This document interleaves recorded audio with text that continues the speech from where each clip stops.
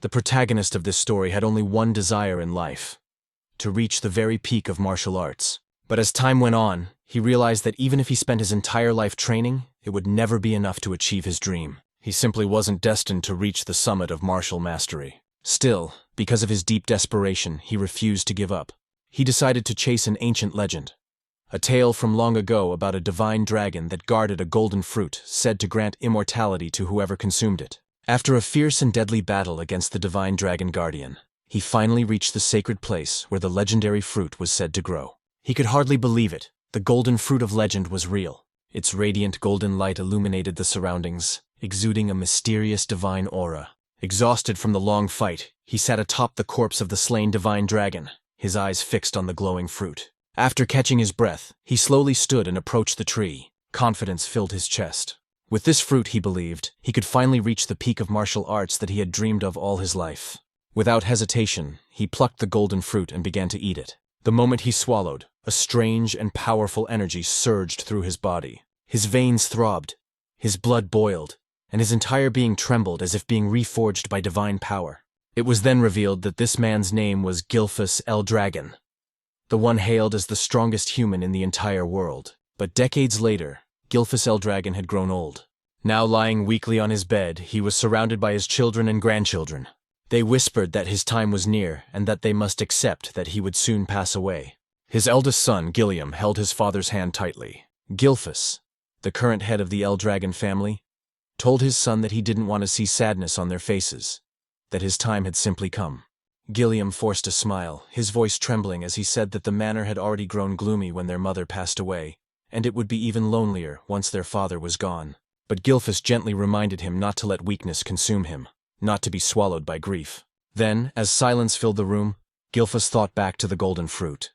He admitted to himself that in the end, perhaps no one could truly believe in the myths of the ancient world. Yet he still felt fortunate, for he had lived long enough to have a family of his own. He told his loved ones that he had lived a long and fulfilling life, and that he had no regrets, but deep inside he knew it was a lie. Even now, he still couldn't let go of his dream. If only he had more time, he would continue to pursue the peak of martial arts, the dream that had eluded him all his life. And so, in his final moments, he held onto that desire until his last breath. However, in a completely unexpected twist, Gilphus opened his eyes once again. Confused, he wondered if he had merely fallen asleep. Everything felt strange. His room was different. His body felt light, and his surroundings unfamiliar. When he finally looked at his hands, his eyes widened in disbelief. "These aren't my hands. Am I a baby?" He quickly realized he was in a bizarre situation. But as a 10-star level martial artist, he questioned how anyone could have done this to him without him noticing. Then, a thought struck him. The divine dragon and the golden fruit. He finally understood. The fruit's effect wasn't immortality, but reincarnation. Though unexpected, the realization filled him with joy. He had been granted another chance, a second life, to reach the peak he failed to attain before. Soon he noticed he wasn't alone in the room. When he looked around, he realized he was inside the annex of the L Dragon Manor. Somehow, he had been reborn into the same family. He then noticed that the room was filled with other infants.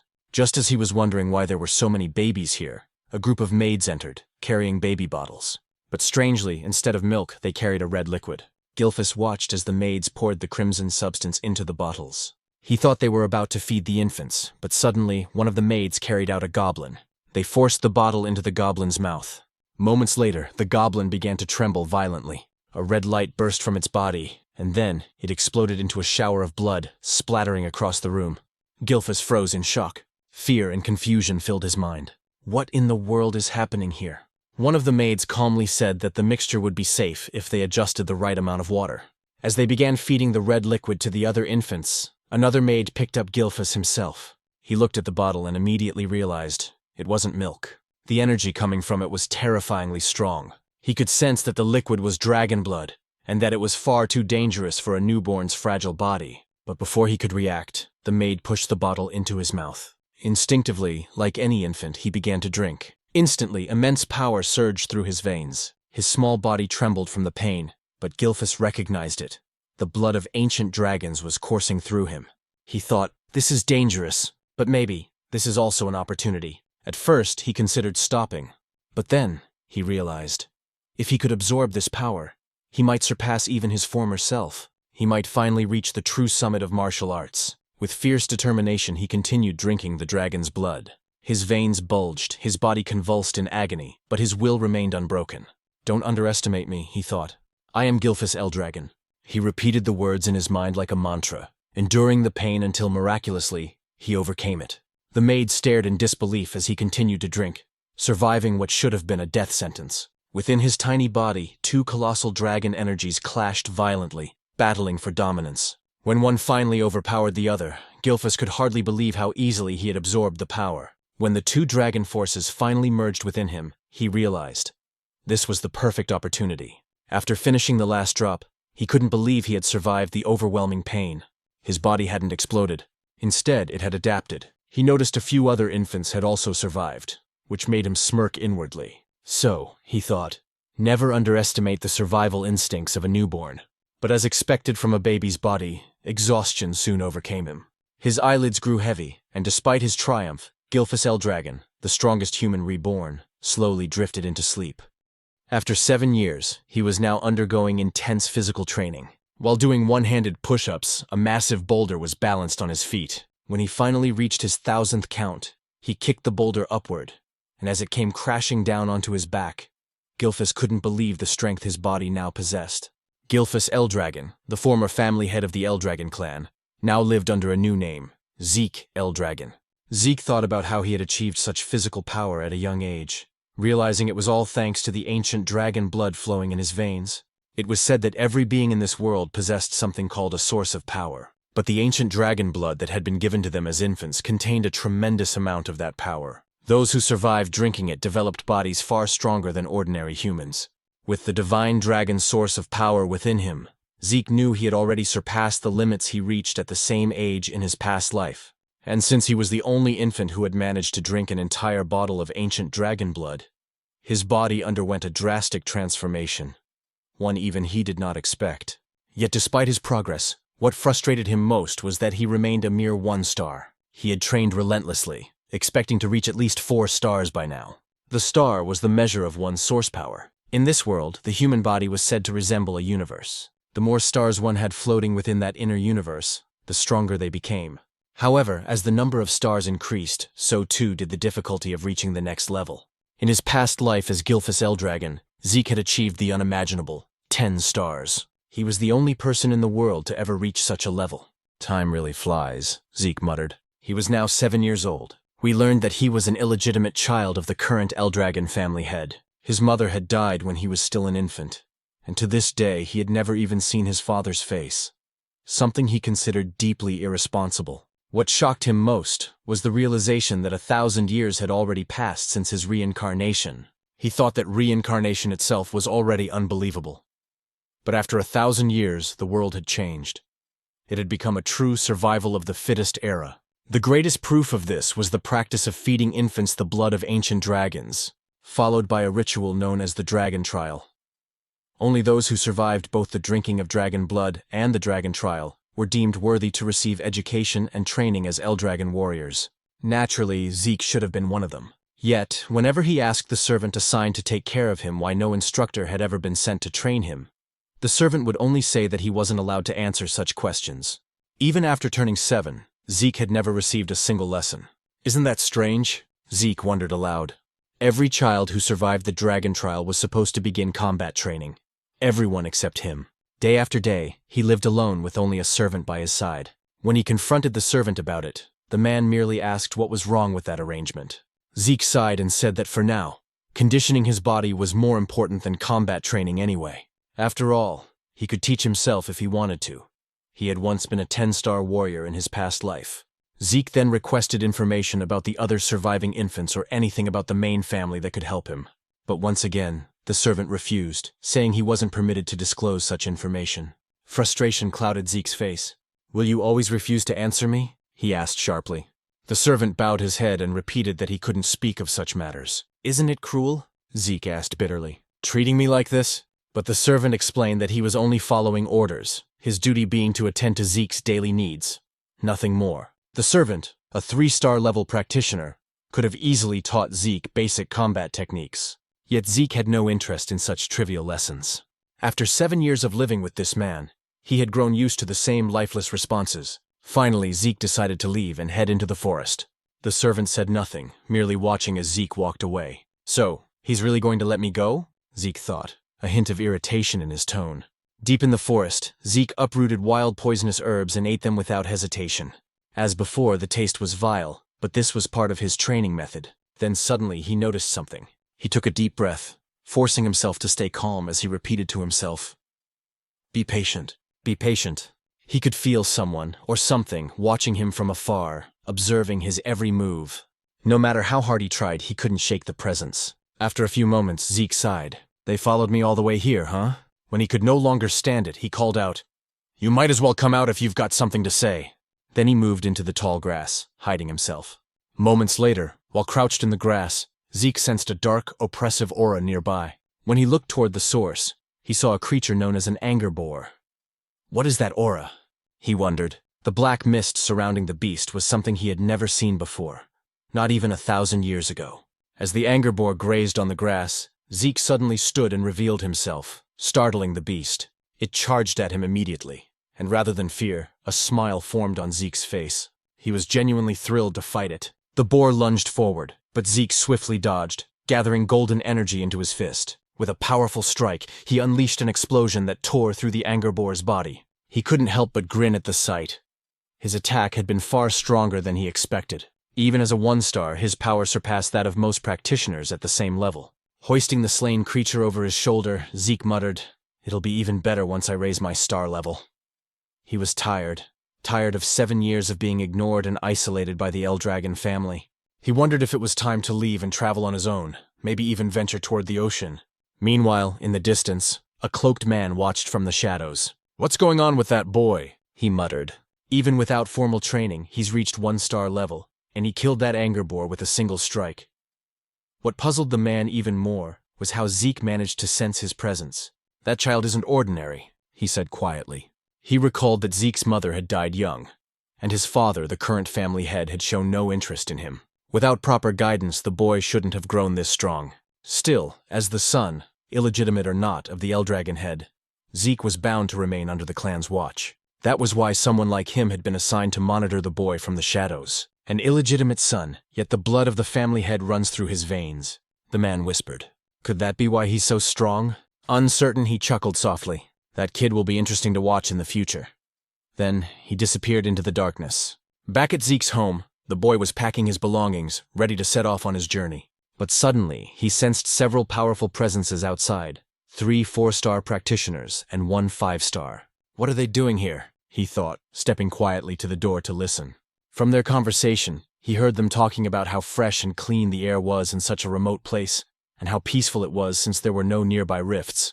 Hearing this, Zeke concluded that they weren't assassins. They didn't sound like bad people at all. Deciding to confront them directly, he opened his door and asked, "What business do you have here?" The group froze in surprise. Then Zeke noticed the emblem embroidered on their clothing, the mark of the Eldragon clan. "Eldragon?" he muttered under his breath, wondering what they wanted from him. The men quickly bowed. "It's an honor to finally meet you, young Master Zeke," their leader said. "We've been sent to escort you to the site of your examination." "Examination?" Zeke frowned in confusion. Annoyance flickered across his face. "They expect me to take an exam," he muttered, "even though they haven't taught me a damn thing yet." And after a few days, Zeke could hardly believe that he had returned once again to the main estate of the Eldragon family. He told us that he wasn't brought here to live again within the main estate, but rather for another purpose. Before he could enter, they instructed him to change out of his dirty clothes first. Zeke then began to explain about something known as the Dragon's Nest. After 1,000 years, the Eldragon family had established a school that served all branches of their bloodline. Everyone born with any relation or connection to the Eldragon family dreamed of entering this so-called Dragon's Nest to receive proper education once they turned 7 years old. And today marked the day of the entrance ceremony for that academy. Zeke was here to take part in the entrance exam. Even though he hadn't learned anything about the modern generation of his family, taking the exam was mandatory. Zeke immediately felt disheartened when he realized that this was the true reason they had brought him here. Why now, he thought, when he had already decided to leave and travel the world? While sitting by the school gate, a boy from Ortiscale village approached him. It was Rangus, who asked if he was all right and what seemed to be bothering him. When Zeke asked who he was, The boy formally introduced himself as Rangus and said he had approached because Zeke looked troubled. "Is that so?" Zeke replied casually. After observing the flow of energy in Rangus's body, Zeke quietly thought to himself that the boy seemed shy, but had an unusually strong sense of perception. Zeke then apologized for his situation, introducing himself in return, and admitting that his mind was in turmoil because he had no idea what they would be required to do in the exam. "Is that all?" said Rangus, feeling slightly nervous at the mention of the test. Still, he explained that the annual entrance exam for the Dragon's Nest didn't really change much. But when Zeke admitted he knew nothing about the exam, Rangus was shocked. Taking the test without any knowledge at all. Wasn't that far too reckless and dangerous? Just as Rangus was about to explain the details of the exam, a loud and arrogant voice suddenly interrupted them. A boastful boy shouted and called Rangus a weakling. Rangus turned around in shock and immediately recognized who it was. It was Retin, also from Ortiscale Village. Mocking him, Retin asked why he was here, suggesting that he must have gotten lost to end up at the Dragon's Nest. He even told him it would be better to go home before he got hurt. "I'm here to take the entrance exam," Rangus replied, though his voice trembled as Retin drew closer, asking if he was seriously going to take the test. Retin clutched his stomach and burst out laughing, saying it was impossible for him to pass. He even insulted Rangus's father, saying, "Your father's a pseudo-dragon, right? What could the son of a pseudo-dragon possibly accomplish?" Rangus's fists trembled as he held back his anger. But Zeke noticed everything. Then it was explained to us that the L-Dragon family followed an absolute hierarchy. The ranks were as follows: novice whelp dragons, regular soldier child dragons, captain-level adult dragons, executive elder dragons, also known as elders, and at the very bottom were the pseudo-dragons. Those who had failed to enter or graduate from the Dragon's Nest, considered immature and incomplete dragons. Yet Rangus had long dreamed of proving that even if they were called pseudo-dragons, they were still dragons nonetheless. Zeke was surprised and asked why Retin was so sure Rangus would fail the exam even before it started. "Who the hell do you think you are?" Retin snapped, asking if Zeke had a problem with him. Zeke calmly said he was merely curious why Retin was so confident Rangus couldn't pass. Retin pointed at Rangus and shouted that the reason was obvious. He was just a weakling. Zeke tilted his head and asked if he really said Rangus was weak, because from what he could sense, Rangus seemed even stronger than them. Hearing that, Rangus's eyes widened in disbelief. It was the first time someone had stood up for him. The arrogant boys grew angry and asked if Zeke was seriously claiming they were weaker than a pseudo-dragon, a being they saw as inferior. But before things could escalate, a man arrived and drew everyone's attention. He was the adult dragon examiner, announcing that the Dragon's Nest entrance exam was about to begin, and that all participants should register to receive their numbers. As Retin left, he glared at Zeke and warned that he wouldn't forget his face. Zeke sighed and said there was no need for anger, remarking that the children of this generation seemed to have such short tempers. Rangus quickly replied that wasn't that strange, since they were about the same age. Rangus added that anyone would be angry if told they were weaker than him. "Is that so?" Zeke muttered lightly. Since the entrance exam was mandatory, they had no choice but to take it. Though Zeke was surprised when Rangus said it was actually possible to skip the test. Zeke's eyes widened, and Rangus realized Zeke truly didn't know anything about it. Rangus advised him that it might be better to withdraw now before he got hurt. But Zeke replied confidently that a genius like him would never withdraw from a challenge. Rangus could only shake his head and say that Zeke was overly confident despite knowing nothing about the exam. Zeke simply laughed and said that whatever the test may be, they should hurry since it was about to start. Rangus had no choice but to agree. When they arrived at the testing grounds, the examiner announced that the exam was simple. To pass, they only needed to scratch the stones placed behind him. However, no other weapons were allowed except those provided by the academy. Still, they were free to use their bare hands if they wished, but each participant only had 3 attempts. "That's it?" Zeke said, sounding unimpressed. After surviving the dragon trial when they were still infants, he expected something far more terrifying and intense. But this seemed disappointingly simple. The examiner then called the first participant and instructed him to begin. The boy, nervous but determined, struck the massive stone with all his strength. The sound of metal clashing against rock echoed loudly, ringing in their ears. But to everyone's shock, the boy's sword snapped in half, and the recoil shattered his arm. Zeke was stunned at what he saw. As the boy writhed in pain, the examiner calmly said that he still had 2 remaining attempts, and asked if he wished to continue. But since the boy could no longer stand, the examiner declared him failed and ordered the others to clean up the area. As the injured participant was dragged away, the next number was called. Rangus trembled in fear at what he witnessed, while Zeke grew annoyed. "So this is what they call an exam?" he muttered. He then asked what kind of stones they were using. It was explained that the stones possessed regenerative properties. Any scratches would vanish in an instant. Moreover, they could reflect physical force 100-fold when struck with power. Zeke immediately said that such materials were far too excessive for an entrance exam. But Rangus explained that it was still possible to scratch them if one could properly circulate their source power throughout their entire body before attacking. "I see," Zeke said. He realized that the circulation of source power was far more important than martial arts skills in this exam. After glancing at the other participants, he thought that only a few would be able to pass, including those arrogant boys. As the exam continued, more and more failed than passed. Many were injured badly due to the stone's ability to reflect ordinary physical attacks. Then, after a few moments, the examiner called out Zeke's number. "It's my turn," Zeke said with a calm smile. Rangus, still nervous, asked if he really had no intention of withdrawing. But Zeke simply walked forward, telling him not to worry. As he approached the examiner, the man's eyes widened in shock. Zeke's aura began to flare up, faintly revealing the might from his previous life as Gilphus. The examiner told him to step forward and choose a weapon, but Zeke said it wasn't necessary. His fists alone would be enough. The crowd murmured in disbelief. No matter how skilled he might be in circulating source power, they thought, there was no way he could scratch the stone with his bare hands. His fists would surely shatter instead. Some of them said that not only Zeke's fists, but also his arms would be destroyed, which made Rangus extremely nervous for him. Along with his fear came anger toward himself, thinking he should have forcibly stopped Zeke to prevent him from getting hurt. The examiner then gave the signal to begin. As Zeke approached the massive stone, he placed his hand on it, noting that this was the first time he had ever seen such a material. He thought to himself that it must have been formed over 1,000 years ago. And even now, there were still many things about the current generation that he didn't fully understand. But that didn't matter anymore. He immediately gathered his source power into his fist. While Rangus trembled with anxiety about what might happen to Zeke, our protagonist was actually filled with excitement, because for the first time, he could use his full strength. He decided to use the mysterious stone to measure his current power.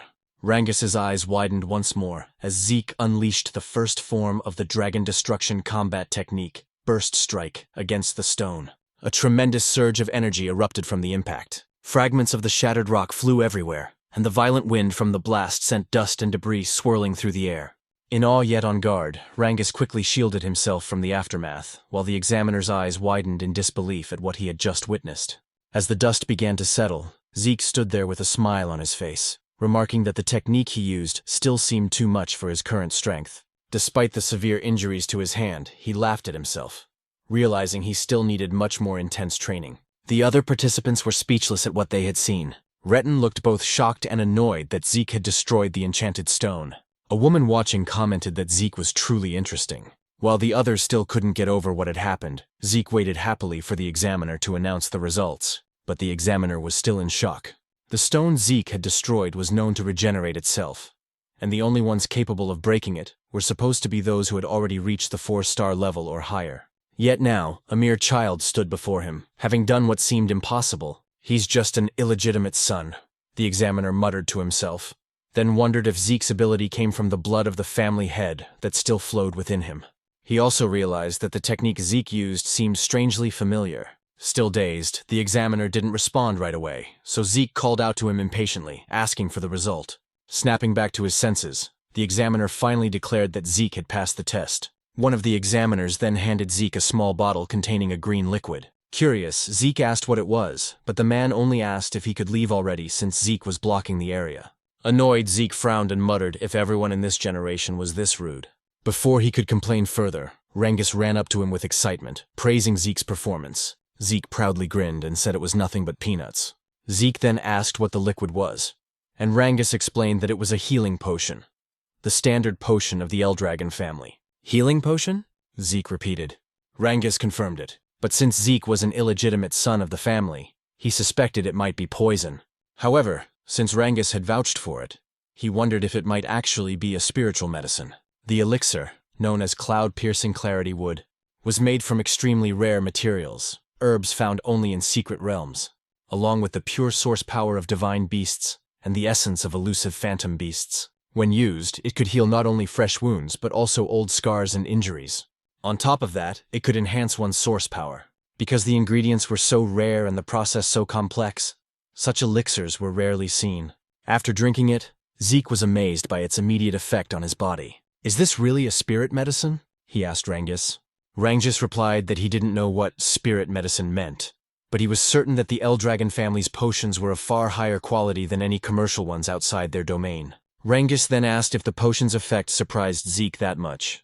"Of course," Zeke said, explaining that it healed both his serious injuries and the strain from his training. Still, he noticed that unlike spirit medicine, it didn't seem to boost his source power. Rangus, on the other hand, said he was even more amazed by Zeke himself, to which Zeke chuckled and told him not to joke. Zeke thought to himself that the potion's existence showed how far knowledge had advanced over the last 1,000 years. Rangus praised Zeke's strength again, and Zeke declared that his dream was to become the strongest of all. Soon, the examiner announced that Retin had also passed the test, as well as his companions. Zeke expected as much, but then Rangus trembled nervously when his number was called. Despite his fear, he gathered his courage and walked to the front. Watching his stiff movements, Zeke wondered why Rangus was so nervous, then shouted to encourage him, telling him to trust himself. Embarrassed, Rangus asked him to lower his voice. When Rangus chose a sword as his weapon, Zeke watched closely, wondering what he was doing. Once the examiner gave the signal, Rangus attacked the stone, but as he expected, he failed on his first try. Determined, he stood again for another attempt, but his strike bounced off the stone, causing him to lose his balance and fall. His hands trembled from the stone's reflective ability. Retin and his group burst into laughter, saying it was just as they expected. The son of a pseudo-dragon was nothing more than a pseudo-dragon himself. They mocked him, telling him to give up. Retin even sneered at Zeke, asking if this was the same man he claimed could pass, and if Rangus was truly stronger than them. Zeke stayed silent for a moment, then told them to stop spouting nonsense. The examiner informed Rangus that he only had one attempt left, and asked if he still wanted to continue. Rangus couldn't answer. Overwhelmed by embarrassment and the ridicule of others, he lowered his head. But then Zeke walked up to him and asked what he was doing.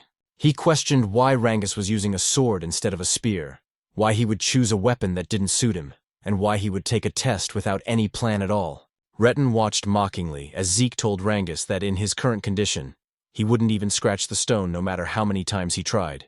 Retin and his group laughed again, calling Zeke an idiot, reminding him that Rangus knew nothing about using a spear.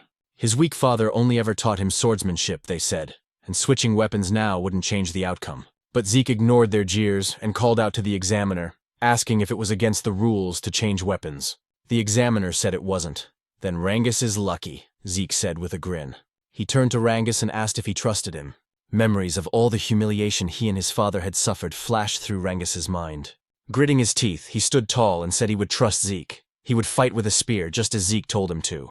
Rangus told us that his father never managed to enter the dragon's nest. Because of that, people called him a pseudo-dragon and laughed at him. But despite all the humiliation, his father endured everything just to raise Rangus properly. That's why Rangus swore to prove to everyone that he, Rangus, the son raised with care by his father, is also a true dragon. He stood up once more, gripping the spear tightly in his hands, and declared that today, he would prove that neither he nor his father were fake dragons. He also realized that if he tried again with a sword, the result would only be the same as before. So this time he decided to trust Zeke completely. The only problem was that he didn't know how to use a spear. Zeke called out to him, and as he pointed toward the enchanted stone, he told Rangus that there was nothing else he needed to do.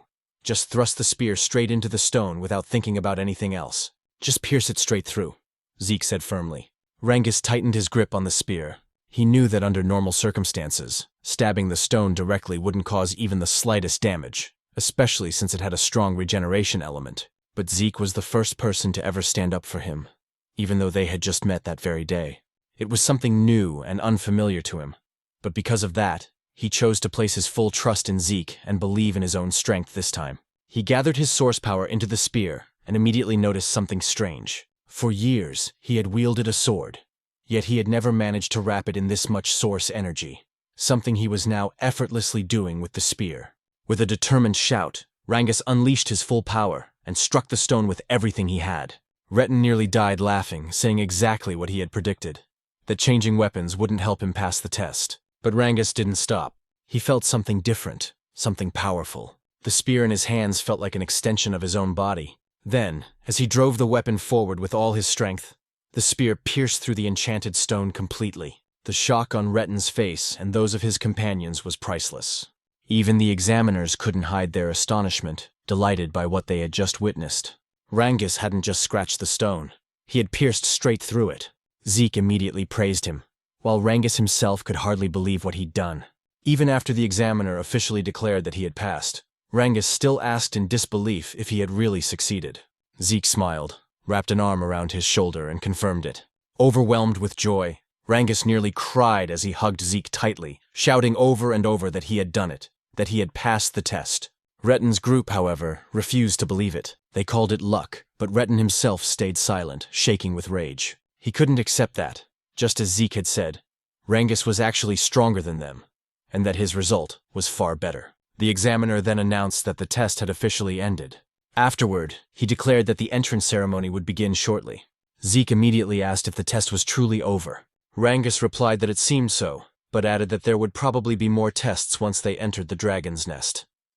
Soon, a group of men emerged from a dark hallway. When they stepped into the light, the examiner announced that the head of the Eldragon family would now deliver a speech to congratulate those who passed.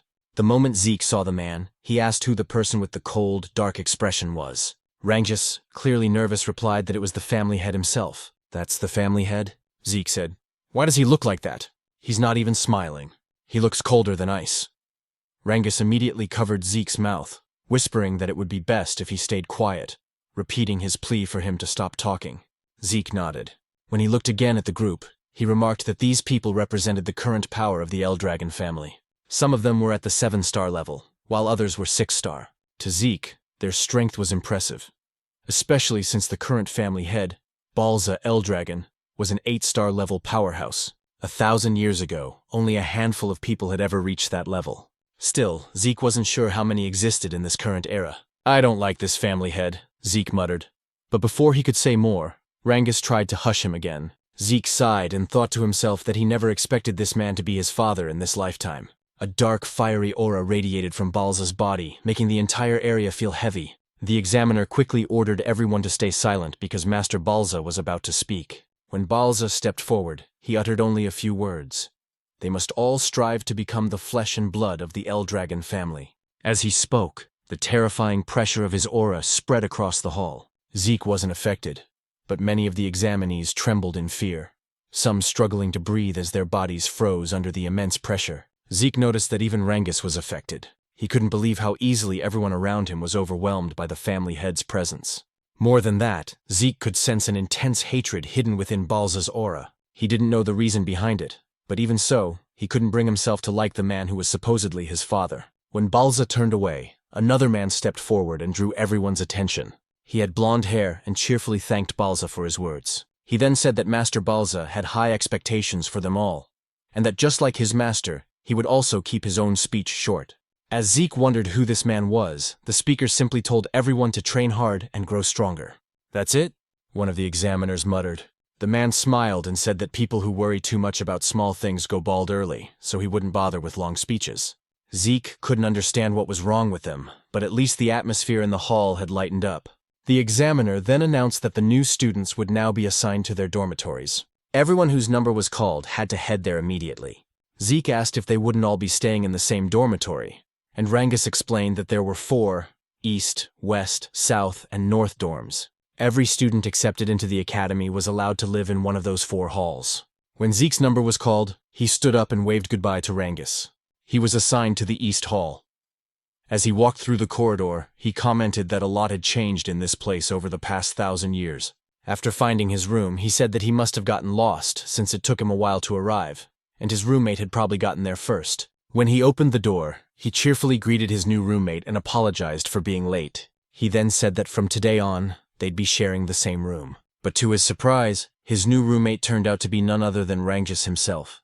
Zeke couldn't help but laugh, saying it seemed like fate kept linking them together. He asked if there was anything else scheduled for the day, and Rangus confirmed that their training would start tomorrow. "Is that so?" Zeke said casually, prompting Rangus to ask if he hadn't listened to the examiner's earlier explanation.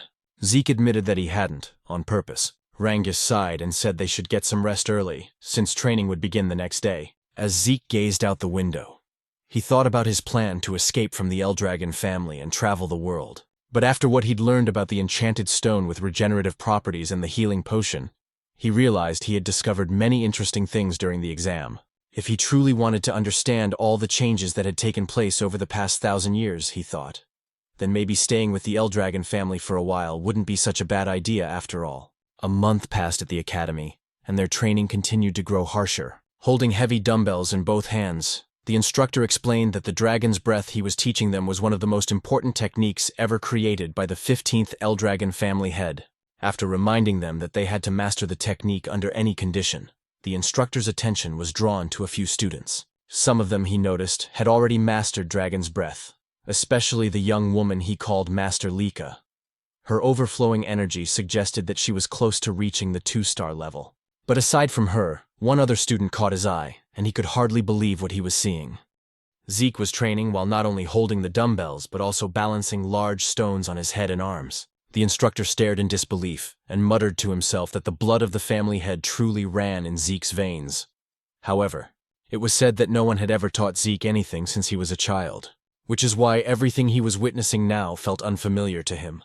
Zeke, on the other hand, couldn't believe that the technique he once called the Dragon King's breathing technique had been further developed by the succeeding family heads, and that it was now being taught to other branches of the family as well. According to Zeke, breathing techniques were methods that gathered the source power from the surroundings into the body. Once circulated, this source power would strengthen a person's own inner energy. The effectiveness of such techniques depended on an individual's ability and intellect. That was why the great families of this world kept their techniques secret, never allowing them to be learned by outsiders or those not belonging to their bloodline.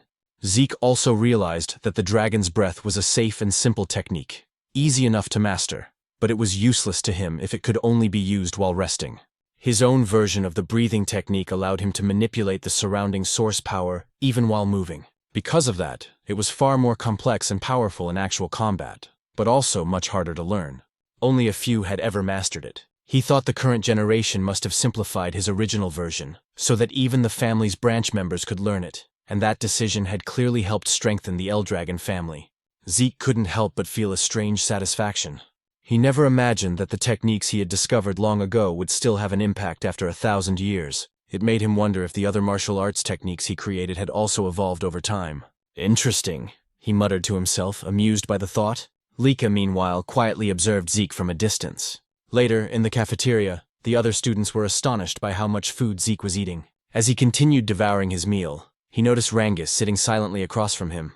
"What's wrong?" Zeke asked. "You won't get strong if you don't eat." Rangus simply asked if Zeke didn't find his stamina strange. "That's it?" Zeke replied. "You just need to eat more if you want to get stronger. Train harder. Push yourself." He even offered some of his food to Rangus, but the latter politely declined, saying he'd had enough. As Zeke thought about how some of the students were already well trained even before entering the academy, a girl suddenly approached them. "You're quite impressive," Lika said, her tone calm yet confident. Zeke blinked. "And who are you supposed to be?" he asked casually. Rangus immediately choked on his food, whispering nervously, "You don't know who she is? That's Master Lika, the daughter of the family head, Lord Balza." "Oh," Zeke said indifferently. "What do you want me to do about that?" "I don't know her." Rangus began sweating profusely. "You can't talk like that. Master Lika is one of the candidates to become the next family head. She's not someone you can just speak to casually." "Is that so?" Zeke replied. "Well, I'm a family head's child too." "An illegitimate one, though?" Rangus froze in shock while Lika looked at him curiously. "Is that true?" she asked. "You're really the family head's illegitimate son?" The narrator's voice continued. Lika Typhona Eldragon, one of the candidates to inherit the Eldragon family, was now standing before Zeke herself. "Why would I lie about that?" Zeke said, shrugging. Lika frowned slightly. "Then tell me, how could an illegitimate child like you destroy the magic stone with your bare hands? How could someone not from a renowned family possess such strength?" "Because I'm Zeke," he replied confidently, turning back to Rangus. "Stop staring and finish your food." Both Lika and Rangus fell silent for a moment. Then, Lika suddenly smiled. "You really are an interesting person," she said before sitting down beside him. "How about serving under me? I'll make you one of my followers." Zeke raised an eyebrow. "What exactly do you mean by that?" "I want you to join me," she said. "Be my ally and I'll be your backer. Every illegitimate child needs allies and influence, don't they? Use your strength to help me become the next family head, and once I do, I'll help you achieve your own dreams." Zeke didn't even hesitate. "No," he said flatly. Lika frowned again. "Why not?" Don't tell me you want to become the family head yourself? As her aura flared with a faint, crackling energy, Zeke could tell that she was close to reaching 2-star level. For someone her age to release an aura like that, she was indeed impressive. Still, Zeke remained calm. You can think and do whatever you want, he said. But I have no interest in being family head or any kind of title. Why? Lika asked coldly. Zeke stabbed his knife into the table. Because I don't need to serve anyone, he said, his voice steady but sharp. I'm the strongest person there is. The cafeteria went silent. Even Lika couldn't believe what she was feeling. Zeke's presence had completely overwhelmed her for a moment. Rangus immediately stepped in to diffuse the tension, urging both of them to calm down. But Lika wasn't the type to back off. Embarrassed and angered by what just happened, she decided to challenge Zeke to a duel. Zeke, however, didn't seem to care and simply continued eating. Moments later, a commotion spread across the campus. Where are they going? One student asked. To the training grounds, another replied. There's going to be a duel between the younger generation. Master Lika herself is fighting. What? Master Lika from the Typhona family? Someone exclaimed. Who's brave enough to challenge her? When they arrived at the training grounds, everyone whispered among themselves, wondering who would face her. Zeke, meanwhile, couldn't believe Lika was actually serious about the duel. Are you all right with this? Rangus asked nervously. You'll be fighting Master Lika. Even if you call her master, I don't know who she is, Zeke replied bluntly. Rangus sighed. You should at least show some respect, now that I know you're also the family head's son. Do what you want, Zeke said. Still, Rangus tried to explain. What's important now is that you understand who you're up against. Master Lika isn't just anyone. She's the daughter of Lord Balza Eldragon. And she also carries the blood of the Typhona family, one of the 4 great families supporting the Eldragons. She's a prodigy who mastered all forms of the Typhona family's hereditary lightning great sword technique at a young age. Like her father's other children, she has terrifying talent. Zeke tilted his head. I didn't understand a word of that except that she's the family head's daughter. Rangus stared at him. How do you not know any of this? Because I don't, Zeke said plainly. So don't ask me. Rangus blinked as Zeke suddenly laughed. But since I don't know anything about her, he said with a grin. That'll just make the fight more fun. Sounds exciting? Rangus could only sigh in worry. No matter how strong Zeke was, Master Lika was on another level entirely. Why did you even accept her challenge? He asked. I never run from a fight, Zeke answered. And it looks like my challenger's ready anyway. At that moment, Lika stood with her sword planted firmly in the ground. Her aura flared, lightning crackling faintly around her. Are you two done talking? She asked coldly. Lika shouted, asking if they were finally done talking, and Zeke replied that he was ready. Rangus, trembling in fear and shock, immediately ran away from them, warning Zeke to be careful in their fight. Zeke then turned to Lika and asked why she was so determined to fight him. Lika explained that she wanted to become the next family head of the Eldragon family, and to achieve that, she needed to defeat Zeke and make him one of her followers. What do you mean by that? Zeke asked, wondering what his connection was to her dream of becoming the family head. Lika questioned him back, asking if he truly had no idea about the current situation of their family, and whether being an illegitimate child was the reason he was so unaware. Zeke simply answered that he didn't, admitting that his knowledge about their family was limited. Because of that, Lika began explaining. She said that including both of them, there were 5 candidates to become the next family head. Except for Zeke, all of her siblings were connected to the 4 major branch families of the Eldragon clan. The position of family head was so important that it became a source of conflict among those branches. For that reason, all of Zeke's siblings had entered the Dragon's Nest to study and represent their respective families. Since the fight for succession had turned into a fierce competition, Lika needed strong allies to stand against her older brothers. Zeke quickly understood that this was a power struggle between the 4 main branches of the Eldragon family. He found it all too complicated, and wasn't even sure if he wanted to understand it. Lika then continued, saying that as one of the candidates for family head, she needed to strengthen not only her knowledge and power, but also her influence by gathering strong followers. Without another word, she charged straight towards Zeke, declaring that she would defeat him right then and there to make him one of her subordinates. But Zeke easily dodged her powerful strike, as well as the flurry of attacks that followed. Still, Lika refused to let him escape. The onlookers couldn't believe what they were seeing. The speed of their movements was incredible. Lika's attacks, despite her heavy greatsword, flowed so smoothly and rapidly that it seemed almost effortless. As they watched the battle between the siblings, the crowd began to murmur about Lika's precise control over her source power, noting how her strikes were becoming faster and stronger over time. They could only marvel at the power of a true daughter of the family head from one of the main branches. Some even said the fight's result was already obvious. What they didn't know, however, was that Lika herself was growing increasingly frustrated. She couldn't understand how Zeke kept dodging every single one of her attacks, or why it felt like he was simply toying with her. Rangjus, who was watching from a distance, couldn't help but be amazed, his earlier worries fading away as he saw Zeke's calm movements. Zeke then remarked that the martial arts Lika was using were unlike anything he had seen before. He admitted that her movements were far faster than those of any ordinary one-star level fighter. But Lika, irritated, shouted for him to stop talking and focus on their fight. Zeke clenched his fist and said he was already focused, and that was exactly why he could unleash such a powerful strike so easily. His punch landed squarely, and Lika immediately gagged from the force. She fell to her knees, gripping her sword and stomach in pain.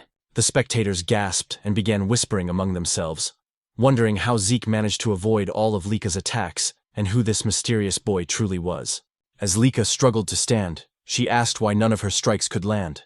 Compared to other one-star fighters, she knew she was much faster. So logically, Zeke shouldn't be able to keep up. Zeke admitted that she was indeed faster than any one-star he had ever seen. But in his eyes, she was still just a one-star. "You're a one-star too," Lika snapped, saying that Zeke shouldn't be able to match her speed and movements. "There's a simple reason for that," Zeke replied. "Your breathing, the movement of your eyes, even the shift of your muscles. I can read them all. By observing these small details, I can predict your next move. It's all based on experience." "Don't make me laugh," Lika shouted, launching another fast strike toward him. But Zeke easily dodged again, saying that just like his words a moment ago, he could see and read her every move. In the next instant, he countered with another powerful attack that sent Lika crashing into the wall with a violent force. The spectators screamed in shock, asking if Lika had really been defeated. "Master Zeke, that was amazing! You beat Master Lika!" Rangjus shouted in excitement, but Zeke calmly said that it wasn't over yet. Their fight wasn't finished. As the dust cleared, Lika stood once again, bruised but defiant. Zeke noted that she had focused her source power into her core, allowing her to endure his attack without suffering serious damage. He smiled slightly and admitted that Lika was truly an extraordinary girl. "That's enough, Master Lika," Rangjus pleaded. But Zeke told him to move back, warning that he could get caught in their next exchange. Zeke then noticed an intense surge of aura flowing from Lika. He wondered if she had just advanced to the 2-star level. The spectators noticed it too. They couldn't be mistaken. The glowing mark on her body was proof that she had indeed become a 2-star with a white aura. The 2-star level was a stage where one could channel source power into their martial arts, even manifesting it outside their body as aura. Lika thanked Zeke, saying that because of him, she had achieved the 2-star level earlier than expected. "But because of that," she declared, "you no longer have any chance of winning." With her aura blazing, she charged towards Zeke, her great sword surrounded by radiant power. Zeke only laughed. He looked genuinely thrilled. "You've really improved," he said with excitement, dodging another rapid strike. "Your speed is incredible now." But his expression suddenly changed when he felt a sting on his cheek, a shallow cut. "I know I dodged that attack," Zeke thought to himself. Lika smirked and asked if he could finally see the difference in their strength. "This is my true ability," she said proudly. "Now that I've become a full 2-star and gained my aura, I'll show you the real power of the true Thunder Greatsword technique." "Oh, then I get to witness a martial art I've never seen before," Zeke said, smiling in excitement. To him, this was turning out to be the most thrilling and enjoyable moment of their fight.